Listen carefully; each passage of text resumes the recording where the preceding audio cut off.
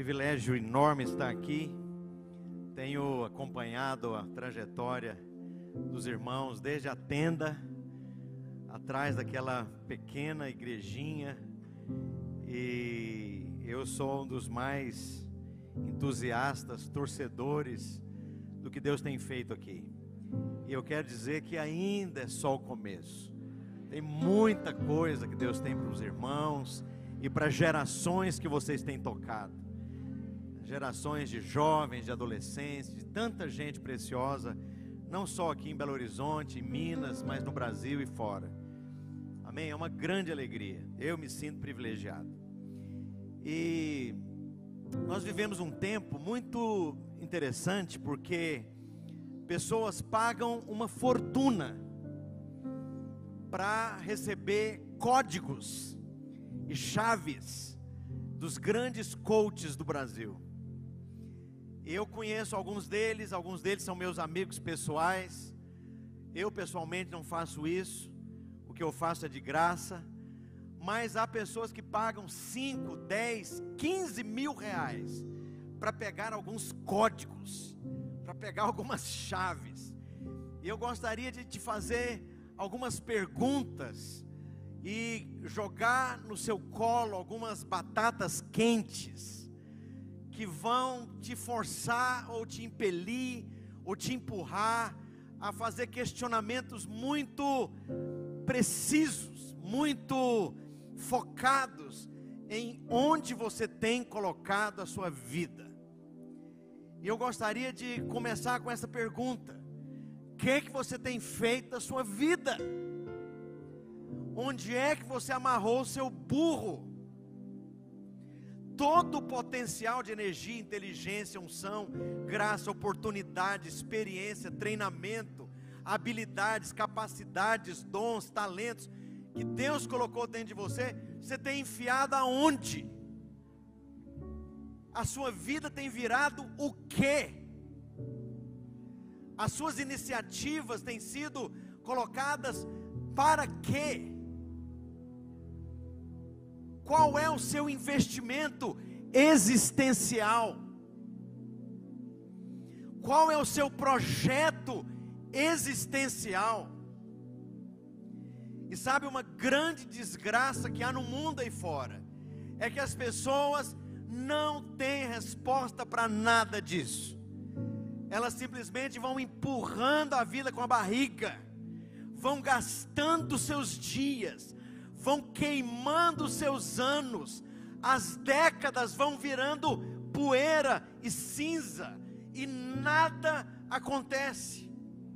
Não há desdobramentos na direção de nenhuma coisa concreta, objetiva, boa. Simplesmente vida se esvai, potencial se queima, iniciativas inúteis muitas vezes. Nós fomos missionários em Portugal por 4 anos, e havia um jovem ali brilhante, um homem de Deus, ministrava louvor como ninguém mais, e muita unção, muita graça. E aí ele ficou alguns anos em Portugal e voltava para o Brasil. E na sua volta para o Brasil,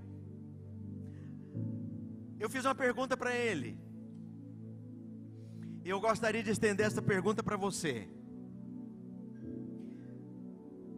Fazendo o que você está fazendo hoje, vivendo como você vive hoje, investindo seu tempo, energia, potencial, trabalho, dinheiro no que você investe hoje. Se nós voltarmos a conversar daqui 10 anos, você chegou onde? Você fez o quê? Conquistou, abençoou, construiu, constituiu o quê? E eu perguntei isso para aquele jovem, ele deu um bug na cabeça, deu um nó, e parou e ficou num grande silêncio ali do meu lado. Só faltou correr um fio de baba, porque travou o sistema. Depois de um tempo, ele chegou para mim e falou: olha, muito obrigado por ter feito aquela pergunta, porque aquela pergunta me fez me livrar de muito lixo, me desvencilhar de muitos pesos inúteis, focar onde realmente Deus tinha me chamado para focar, colocar meu coração, minha vida, meu trabalho numa direção muito melhor e muito mais objetiva. Sabe, eu gostaria de começar perguntando isso: onde é que você tem posto sua vida?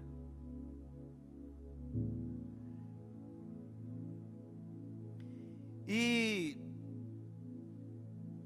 nessa breve introdução eu gostaria de piorar um pouco mais as perguntas, né? Torná-las um pouco mais incômodas. Eu li um material escrito por médicos e enfermeiros que acompanham pacientes terminais. Pacientes terminais de toda procedência. Gente milionária, muito rica. Profissionais, gente brilhante e gente comum. E todos eles são unânimes em responder as mesmas coisas no finalzinho da vida, quando está absolutamente certo que não lhe sobra muitos dias ou muitas horas. Todos são unânimes em responder isso que eu vou dizer para você agora.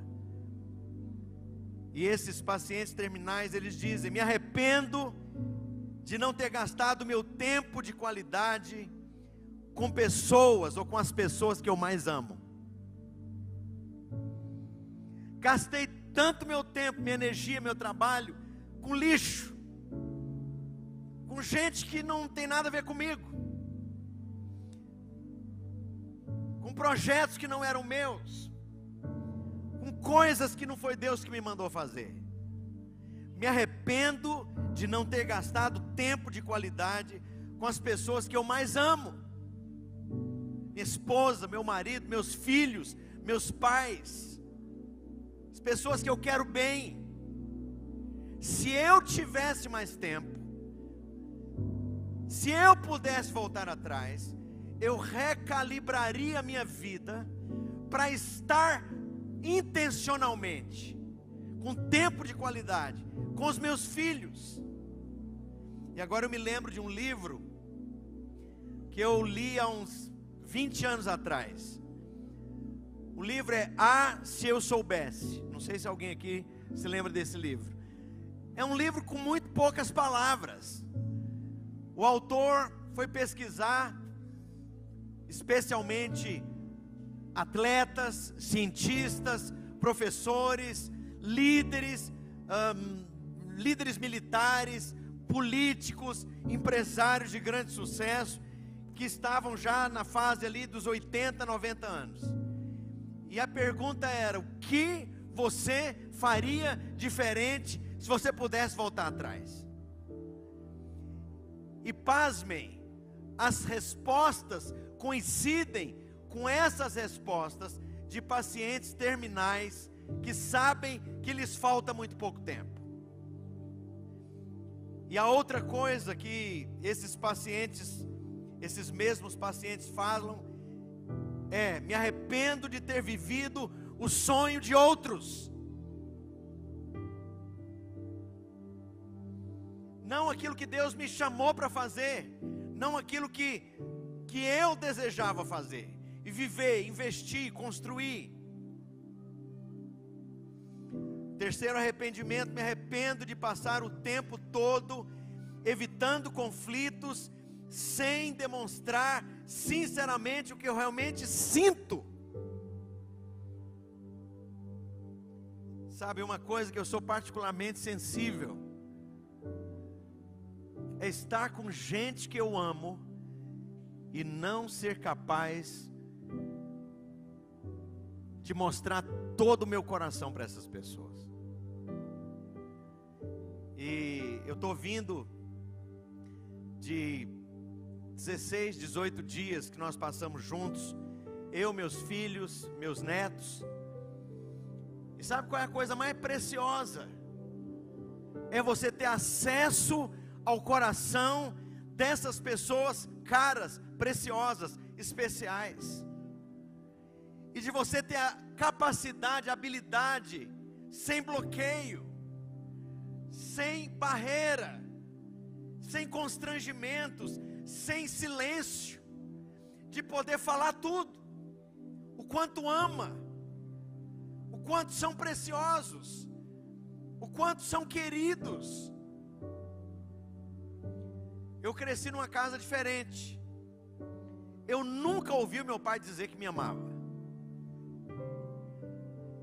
E por isso, desde cedo, quando eu me converti, eu sempre coloquei diante de Deus: Senhor, quando eu finalmente tiver a minha família, minha esposa, os meus filhos, eles vão saber, e eles vão ouvir de mim, com toda clareza, o quanto eu os amo.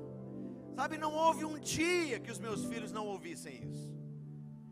E agora, eu tenho um netinho, ele tem 2 aninhos, e ele nasceu lá, né, nos Estados Unidos. O meu filho colocou o nome dele de Elias, né, Elijah. E aí a gente fala para Elijah: Elijah, I love you. E ele responde: I love you too. É normal.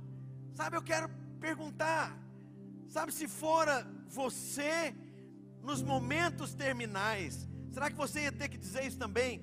Me arrependo de passar o tempo, me arrependo de não ter expressado o amor, o afeto que eu sinto para as pessoas mais importantes da minha vida. E é interessante que há uma última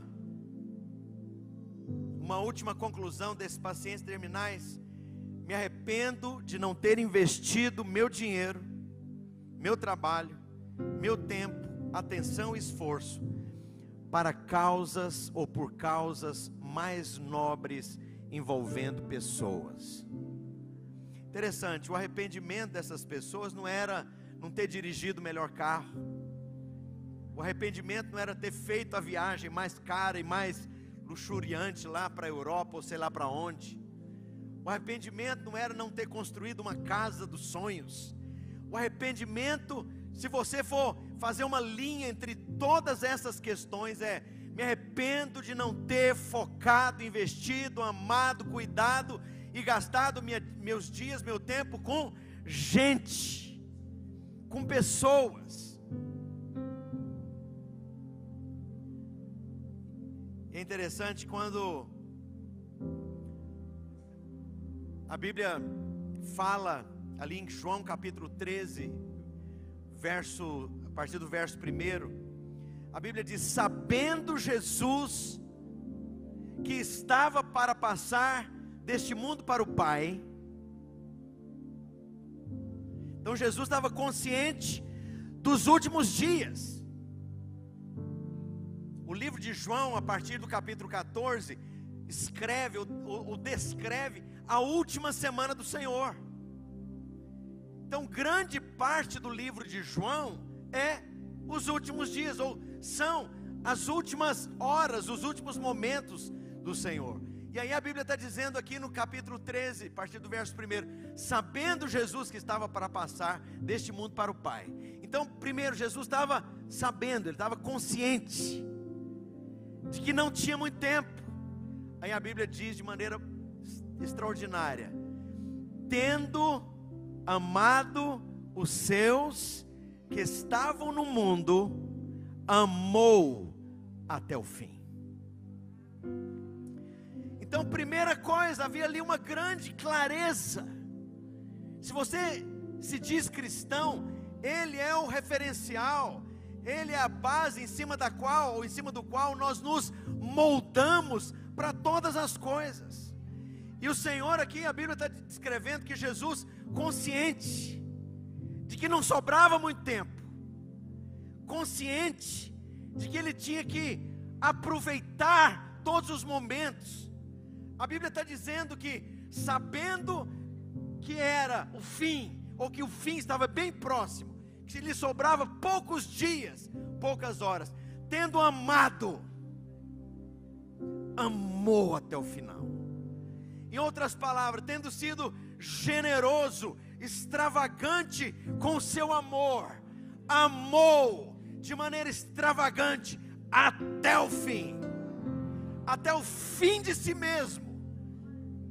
E aí essas questões nos remetem para algo ainda mais extraordinário. Todo mundo neste planeta procura três coisas. Falando de código, falando de chaves aí, se você está anotando, você procura isso: significado, relevância e satisfação. Todo mundo.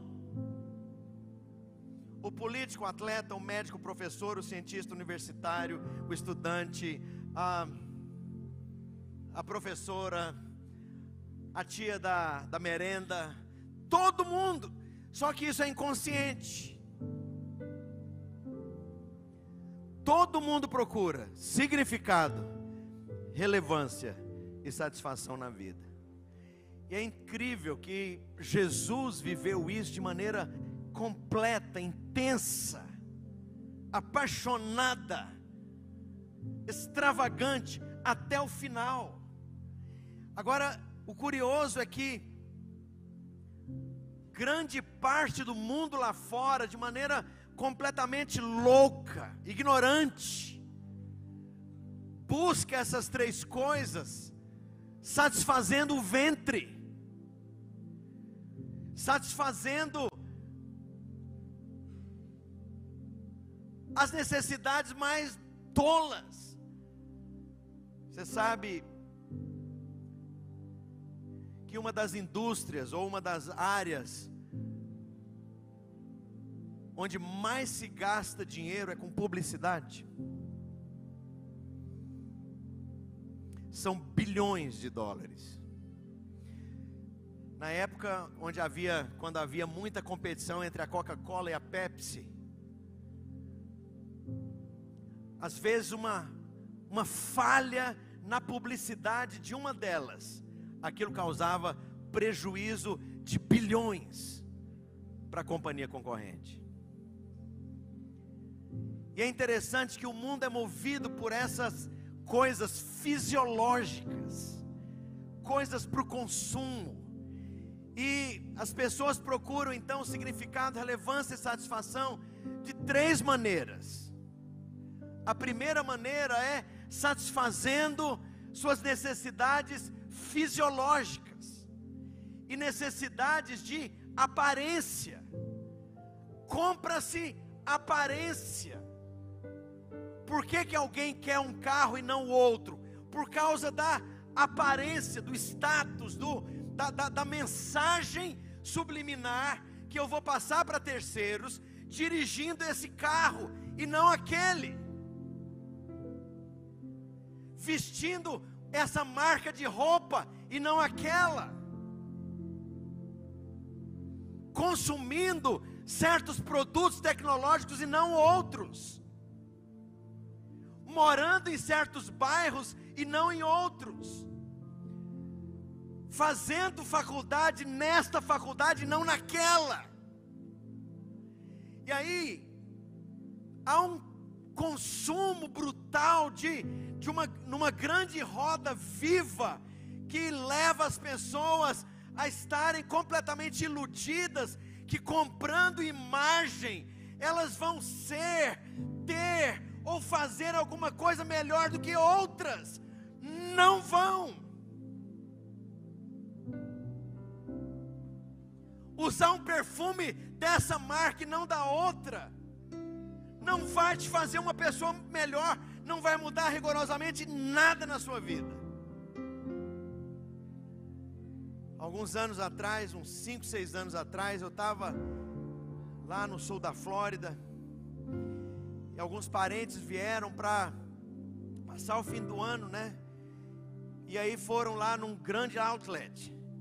De todas essas marcas mais importantes aí, tinha lá uma grande loja de todas essas marcas. Então podiam se comprar camisetas e sapatos e bolsas. E aí eu cansei daquilo e fiquei lá do lado de fora, aguardando que o pessoal viesse, né, fizesse o pente fino nas lojas que eles queriam. E numa loja em particular havia uma fila enorme do lado de fora. E em cima da loja havia um outdoor, um grande cartaz de umas 5 moças muito bonitas, uns rapazes muito bonitos, e na parte de baixo a fila.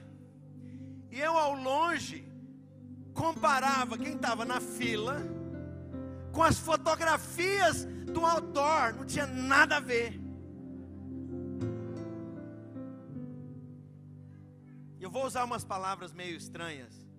Havia uns barangos e umas barangas naquela fila que não tinha nada a ver com a fotografia em cima,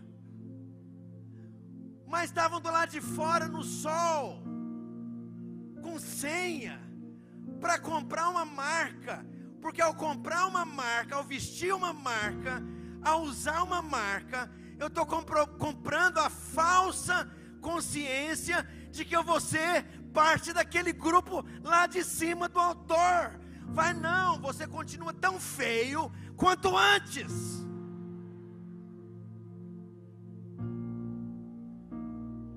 Mas agora é um feio consumindo um produto que você não precisa. E pagou o olho da cara. Então o mundo gira bilhões e bilhões e bilhões em consumo, em coisas que as pessoas não precisam, não necessitam, mas desejam e querem,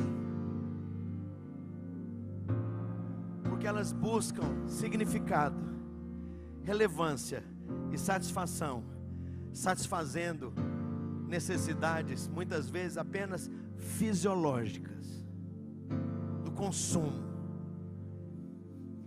Mas há um segundo grupo que busca significado, relevância e satisfação. É um grupo um pouco mais pensante, um pouco mais profundo do que o primeiro. Esse grupo pensa o seguinte: eu preciso desenvolver o meu potencial, eu preciso alcançar grandes conquistas, eu preciso desenvolver o meu talento, sendo um bom médico, um bom professor, um bom engenheiro, uma boa pessoa que serve bem à sociedade, com uma profissão que me traga satisfação e reconhecimento, pelo menos dos meus pares. E aí você vê então um grande grupo de pessoas que vão investir tudo para ser um atleta olímpico. Então ele gasta tudo que ele tem, ele se esforça de uma maneira admirável, de uma maneira sobre-humana, para ele ser um atleta olímpico e ganhar ouro, por exemplo, na Olimpíada. E aí, que coisa incrível, maravilhosa, a bandeira do seu país vai estar subindo ao som do hino da sua nação, e lágrimas vão correr, e você pega essa medalha, e abraça e segura essa medalha para o resto da sua vida, porque você fez da sua vida, você usou a sua vida, para ganhar satisfação, relevância e significado, através do desenvolvimento completo do seu potencial. Que coisa incrível.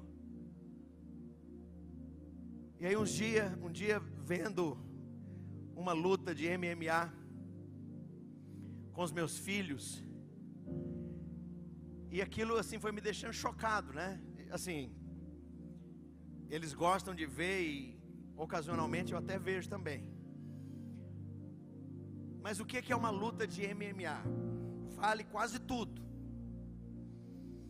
E aí o cara que vai ser campeão, o mais premiado, o mais bem pago, o mais reconhecido, é aquele que arregaça a cara do oponente, que tritura, que destrói o oponente. Aí eu perguntei para um dos meus filhos, eu falei: escuta, deve ser muito interessante para o filho de um cara como esse, né? O menino vai se orgulhar por algo que o pai faz. E o que o pai faz? Como que seu pai ganha a vida? Ele arregaça, esculacha, arrebenta a boca, quebra os dentes e detona com os oponentes. E por conta disso ele põe pão, leite, comida, paga a escola. E sabe, a realização existencial, profissional, vai mais ou menos por esse caminho. Você atingir o pleno, o clímax do seu potencial, seja ele em qual área for, médica, empresarial, científica, de desporto, enfim. E é muito melhor do que o primeiro grupo, que tira significado, relevância e satisfação apenas de consumir coisas, de correr atrás de consumo.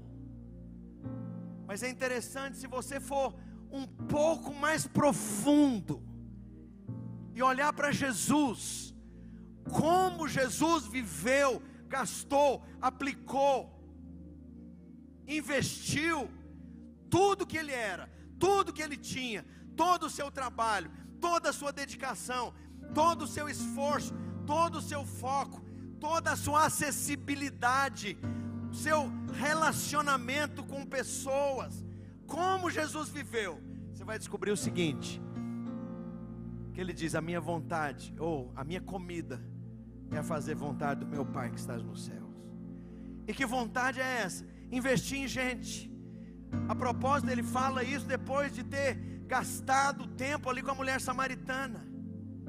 E se você vai olhar numa ótica bem completa, bem panorâmica, toda a vida, todo o projeto existencial de Jesus, Jesus tirou significado, satisfação e relevância, gastando a sua vida com gente, aplicando sua vida em pessoas. E não interessa que tipo de pessoas, ele não faz seleção de pessoas, ricos, intelectuais, inteligentes, importantes, de pessoas de influência. Ele investe de maneira não seletiva. Jesus joga na lata do lixo todo o pragmatismo humano.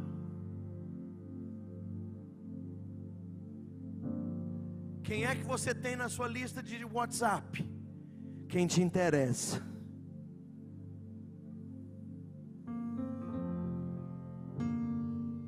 Quem está na sua lista de WhatsApp?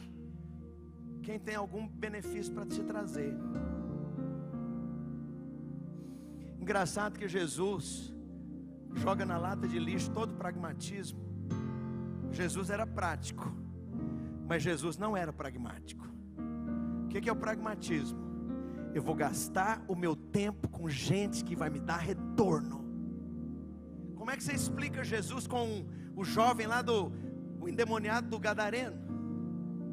O que aquele cara tinha para dar para Jesus?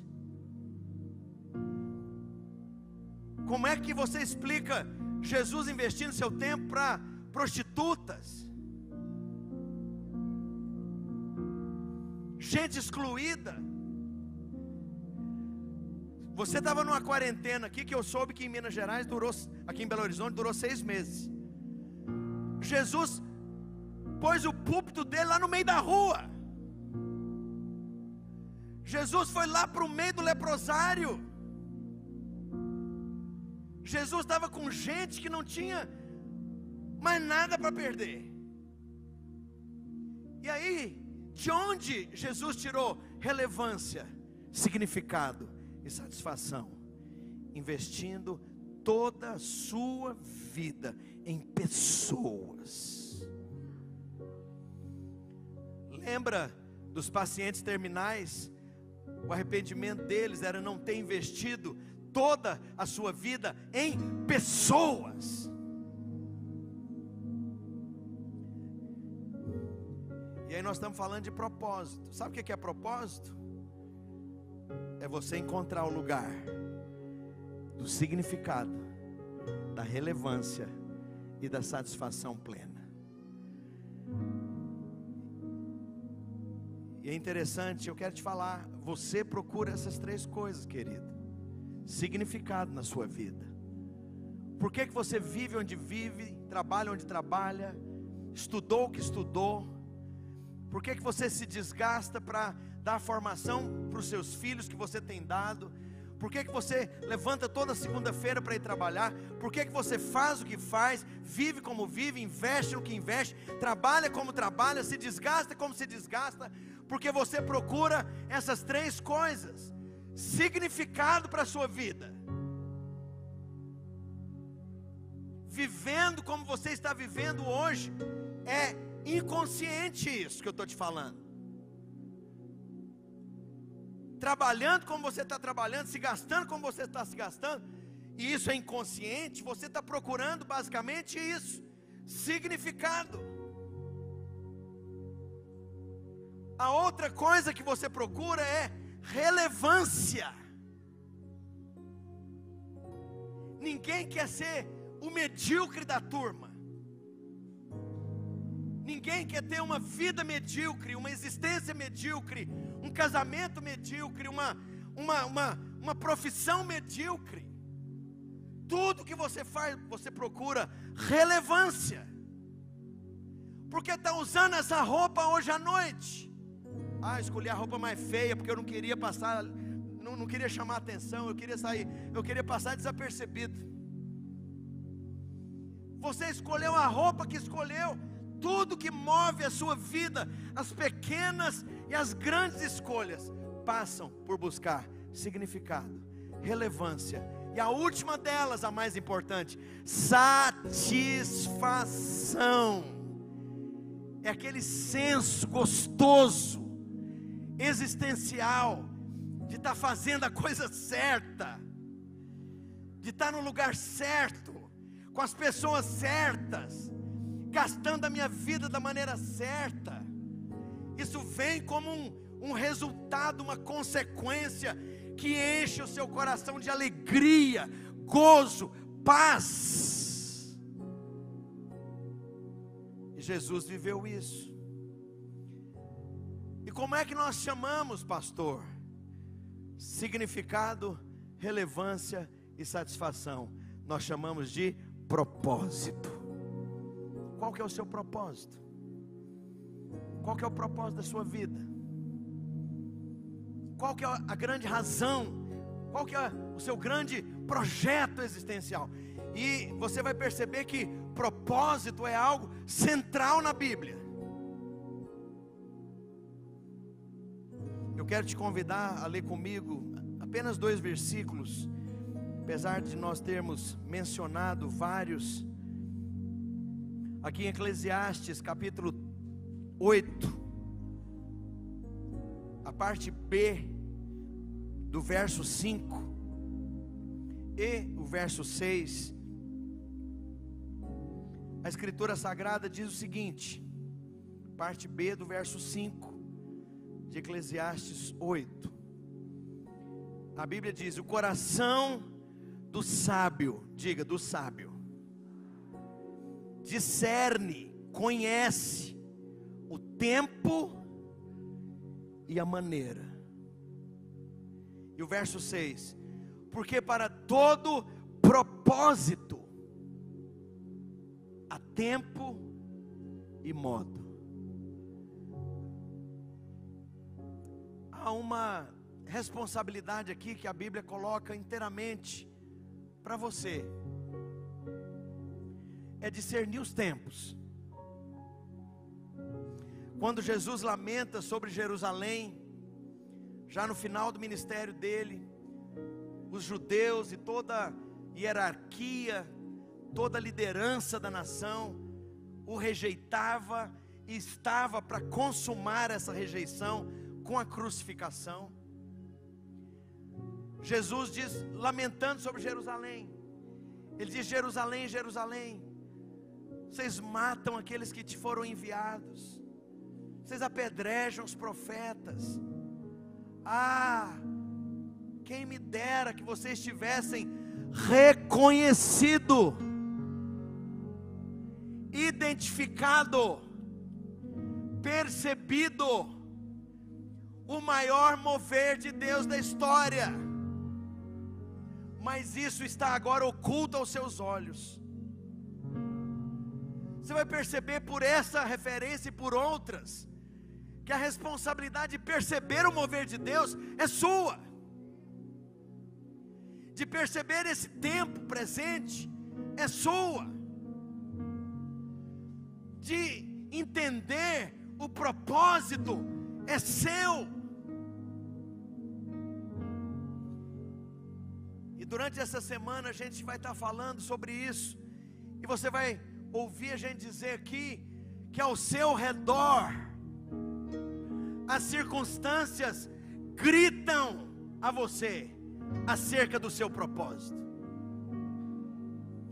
A evidência chegando o tempo inteiro através das circunstâncias que te cercam, falando e te dando evidências do propósito, da razão existencial, do projeto de Deus, do chamado de Deus, do porquê que você vive,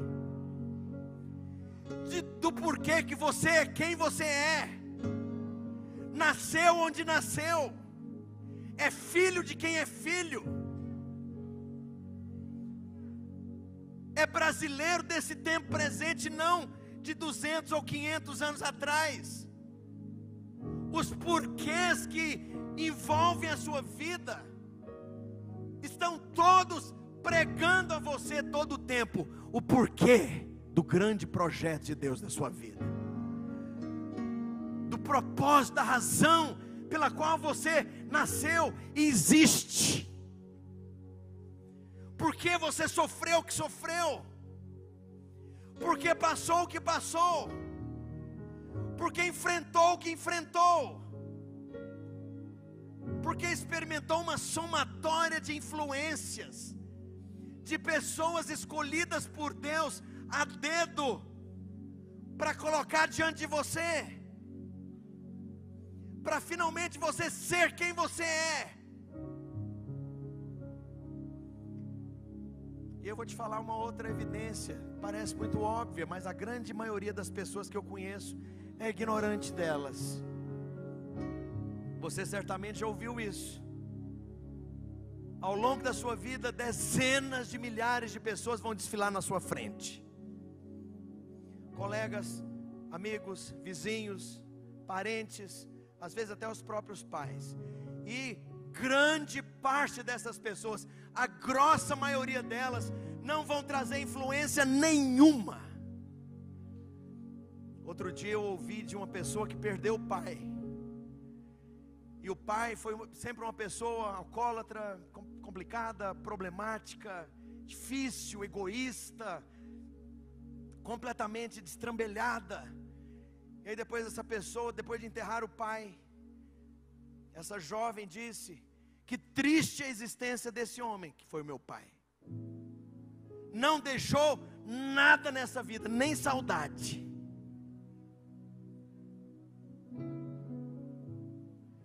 Isso sim é desperdício.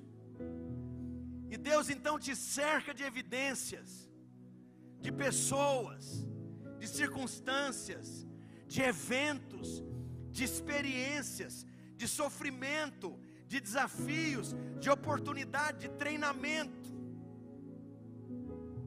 que apontam para você e que são dicas do que Deus chamou você para viver, ser, se gastar, investir e chamar de propósito existencial.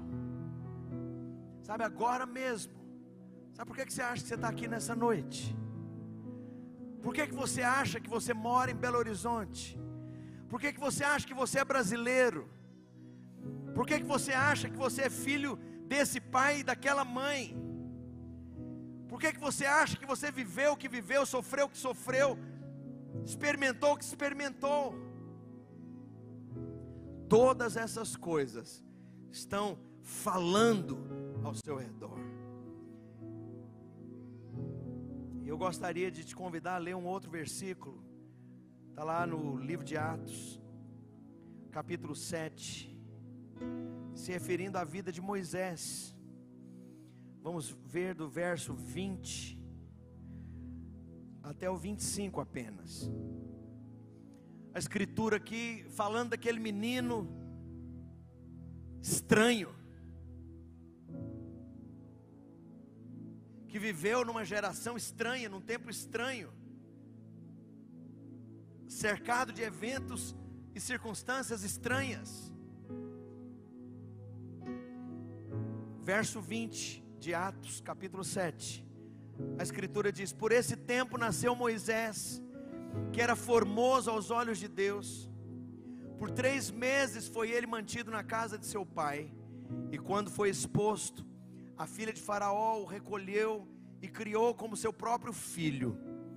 E Moisés foi educado em toda a ciência dos egípcios, e era poderoso em palavras e em obras. Quando completou 40 anos, veio-lhe a ideia de visitar os seus irmãos, os filhos de Israel. Vendo um homem tratado injustamente, tomou-lhe a defesa e vingou o oprimido, matando o egípcio. Ora, Moisés cuidava que seus irmãos entenderiam que Deus os queria salvar por intermédio dele. Eles, porém, não compreenderam. Moisés, chegou um tempo na vida dele, que ele somou 2 mais 2, e ele entendeu por que ele vivia, porque que ele era ele, porque que ele viveu na interface, sendo filho de escravos, da geração de escravos, mas foi colocado no ninho da serpente pelo próprio Deus, foi colocado para ser treinado em toda a ideologia da classe dominante egípcia. Embora fosse escravo, foi treinado em toda a ciência do Egito. Quando ele olhava no espelho, ele não via um escravo. Ele não tinha agenda racista que se desmerecia ou se diminuía, se comparava. Ele, embora fosse da raça dos escravos, ele olhava no espelho, e por causa da influência que ele recebera, ele se via como um príncipe. Então ele agia como um príncipe. E aí, depois que a vida foi mostrando essas realidades, chegou no momento, ele falou: entendi porque que eu nasci. Deus me chamou, Deus me constituiu, Deus me treinou, Deus me habilitou para eu libertar essa nação inteira. Nesse primeiro momento, Moisés entendeu o propósito, mas ele não entendeu a visão, nem a unção e nem os meios. Nesse primeiro momento, Moisés entendeu a coisa certa, era ele mesmo, com os métodos errados, na visão errada, no momento errado, no alinhamento de condições errados. E é interessante que você vai perceber que depois que Deus trabalha com Moisés para livrá-lo de toda a independência, arrogância, petulância, presunção, depois que Deus trabalha levando Moisés a entender que não era na força dele, no braço dele, na inteligência dele, no tino administrativo, na mente brilhante que ele tinha, na capacidade tremenda que a Bíblia diz, inclusive a Bíblia testemunha dizendo que ele era poderoso em palavras e em obras. Moisés precisava aprender que não pela força do braço humano, mas pelo meu poder, diz o Senhor dos Exércitos. Não por carros, nem por cavalos, mas pelo meu poder. Naquele momento Moisés era um revolucionário. Depois da experiência de quebrantamento, Moisés se tornou um avivalista.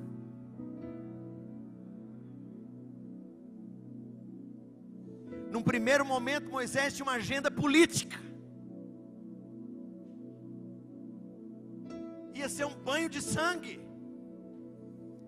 No segundo momento, o poder de Deus se manifestou na fraqueza.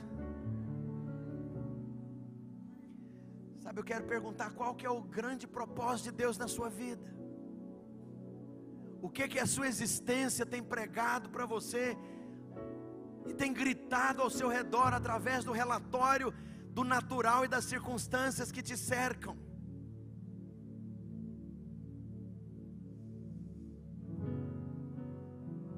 Isso aconteceu com Moisés.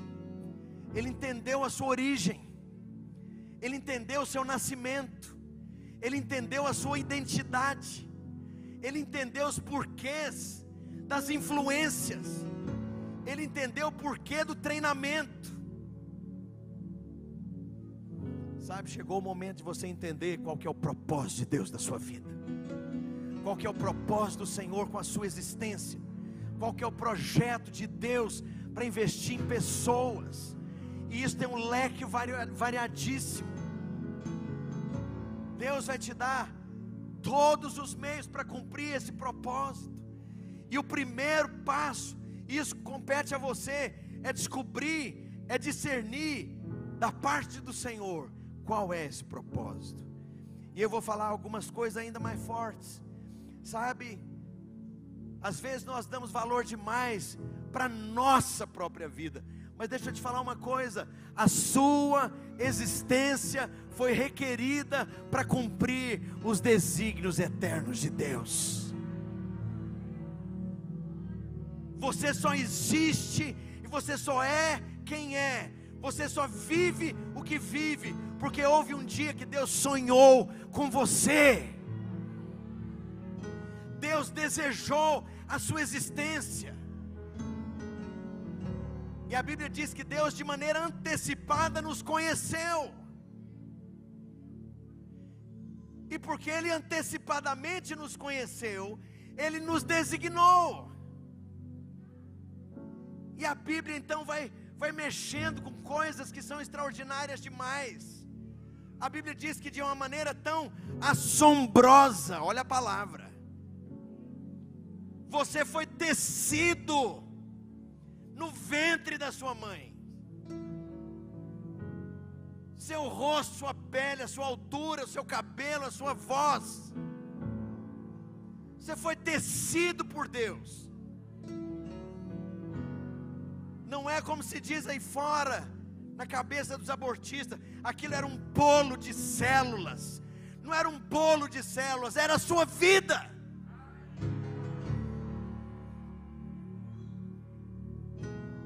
E aí a Bíblia está recheada disso. Os pais de Sansão, a mãe de Sansão era estéril, não podiam ter filhos.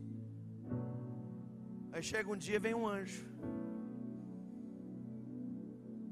e fala com o pai, e dá detalhes da vida do menino que não existia. Como é que Deus dá detalhe de alguém que não existe?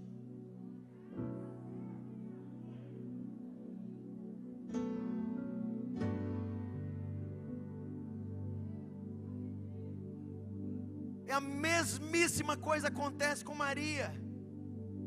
Conceberás, darás à luz um filho. O menino tem nome, é Jeová salva, Yoshua, é menino. E dá todos os detalhes de como ele vai ser, o que ele vai fazer, como ele vai viver. Mas ele não tinha sido nem concebido ainda. Como isso? Deus sonhou com você antes de você existir, meu irmão. Deus desejou você antes de você existir. E você vai descobrir que até a desgraceira que aconteceu no seu passado faz parte do projeto de Deus para usar você como instrumento poderoso, cortante, pontiagudo, afiado.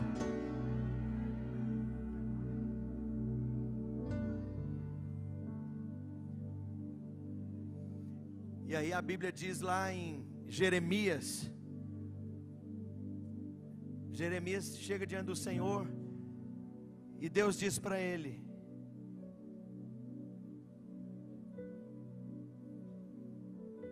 vamos ler?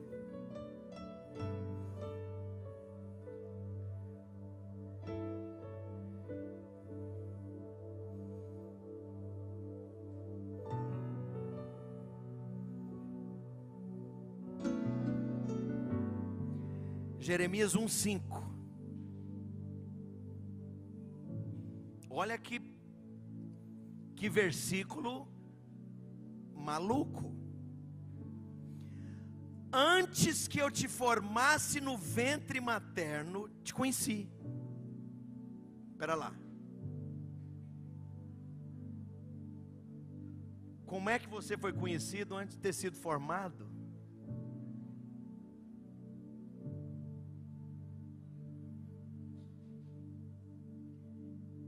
E antes que saísse da madre, quer dizer, antes do momento do nascimento, te consagrei e te constituí profeta para as nações. O menino já era profeta antes de nascer.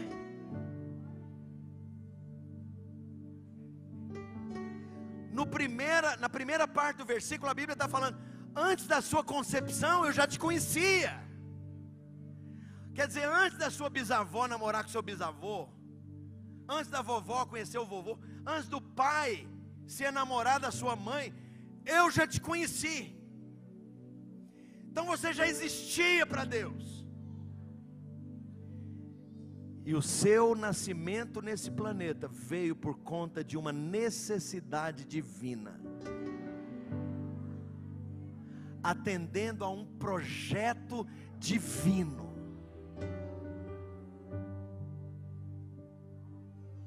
Qual foi o grande projeto da vida de Maria? Conceber e dar à luz a Jesus. Ela não foi uma grande engenheira, uma grande médica, não teve nenhum artigo publicado na revista Science, não plantou muitas igrejas, não foi missionária. A única coisa que ela fez, concebeu. E Deus usou Maria. Deus sonhou com você antes que você existisse, e chamou a sua existência, e deu a você um propósito, antes de você nascer. E antes de você nascer, o propósito para o qual você veio à existência, já existia. Isso é extraordinário.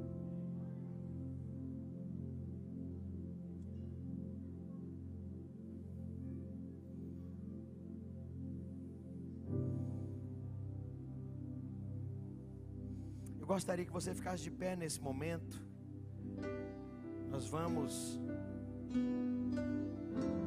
Gostaria de orar, que o Espírito Santo trouxesse revelação, discernimento, percepção espiritual dos porquês da sua vida. Você vai sair daqui no final dessa semana com muitos porquês respondidos.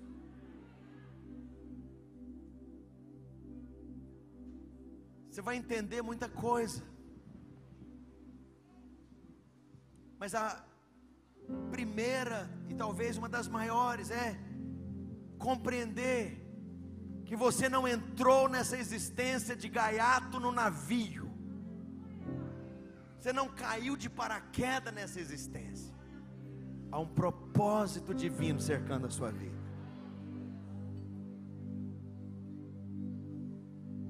Eu gostaria que nesse momento você fechasse seus olhos e começasse a pensar em todas as coisas que têm cercado a sua vida. A bondade de Deus, o fato de Deus ter se revelado a você, de ter ido até onde você estava, perdido, fora de alcance. Deus te alcançou, estando você fora de alcance. Deus estendeu a mão, Deus foi atrás. Eu posso te falar tanta desgraceira que aconteceu na minha vida. Posso te falar de tanto problema familiar, na casa dos meus pais, da ausência de pai. Posso falar de tanto abuso, de tanta coisa horrível. E houve um dia que eu entendi: para ter compaixão de quem sofre, é preciso vir em carne e andar no meio de gente humana. É preciso de conhecer o sofrimento, a necessidade, a dor, a rejeição, o desespero, o drama,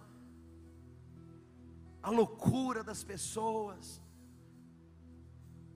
Sabe, todas essas coisas são evidências do que Deus deseja fazer por você, através de você, alcançando outras pessoas. Gostaria que você fechasse seus olhos agora e abrisse a sua boca, falando para o Senhor: Deus, eu desejo ter discernimento e revelação do teu chamado, do teu propósito para a minha vida. Fala isso para o Senhor. Fala: Deus, dá-me percepção completa. Não quero ficar, ó Deus, cego, enganado, iludido.